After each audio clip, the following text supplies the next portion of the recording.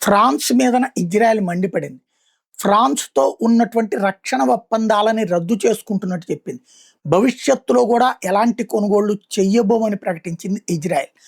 ఫ్రాన్స్‌తో ఉన్నటువంటి రక్షణ ఒప్పందాలు ఇప్పటిదాకా రన్నింగ్‌లో ఉన్న వాటిని క్యాన్సిల్ చేసుకుంటున్నాం. అలాగే రాబోయే వాటిని మొత్తం క్యాన్సిల్ చేసుకుంటున్నాం అని ప్రకటించింది. ఎందుకయ్యా అంటే అమెరికాకి సంబంధించినటువంటి ఎయిర్ క్రాఫ్ట్‌లో ఏదైతే మిలిటరీ సప్లైస్ ఇజ్రాయెల్‌కి ఫ్రాన్స్‌లో నుంచి రావాల్సి ఉంది.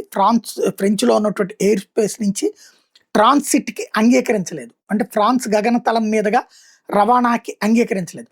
బేస్‌లో నుంచి లోడింగ్‌కి అంగీకరించలేదు. పోనీ ఫ్రాన్స్ గగనతలం మీదుగా తీసుకురావాలి. దానికి గూడా అంగీకరించలేదు. దాంతో చుట్టూ తిరిగి రావాల్సొచ్చింది. ఈ నేపథ్యంలో ఈ నిర్ణయం తీసుకున్నారు. డిఫెన్స్ ప్రొక్యూర్‌మెంట్ అన్నటువంటి దాంట్లో ఎగ్జిస్టింగ్ కాంట్రాక్ట్స్‌తో సహా అన్నిటిని రద్దు చేసుకుంటున్నట్టు ప్రకటించింది ఇజ్రాయెల్.